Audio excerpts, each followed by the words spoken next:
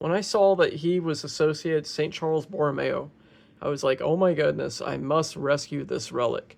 So imagine that a young Saint Charles Borromeo was actually terminal, I believe. He either was dying from a very severe fever or he had severe seizures. And his mother brought him to the shrine where, Saint Charles Borromeo was dying, yes. And the mother brought him to the shrine of Blessed John Angelo Porro. And at that time, obviously, they didn't have a glass case covering up the body. And St. Charles Borromeo actually reached out and he touched the foot of John Angelo Porro. And I believe he actually took a piece of his bone off of his toe. I think a piece of his toe or something like that in the story that I read.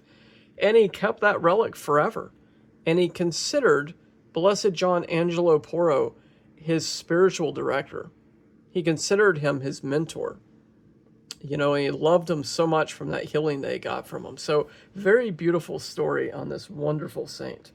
So may Saint Porro come to our assistance. All right, the next one here that I have is Saint Adelaide. Okay, let's go ahead and find her information. Well, Saint Adelaide. Okay, so she was an early martyr of the church, and she went through a great persecution. She died during one of the great persecutions, I believe during the time of Diocletian.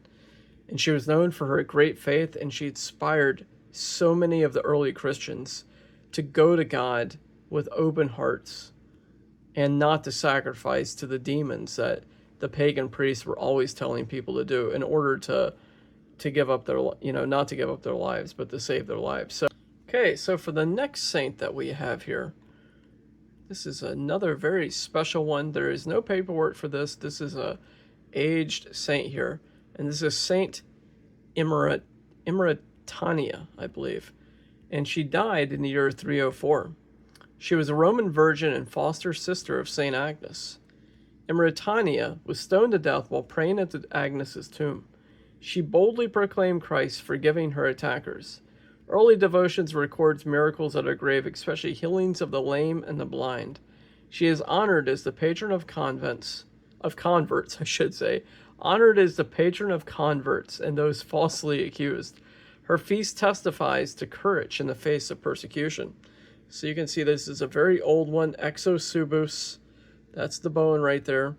And this actually comes out, and you can see the beautiful seal on the back.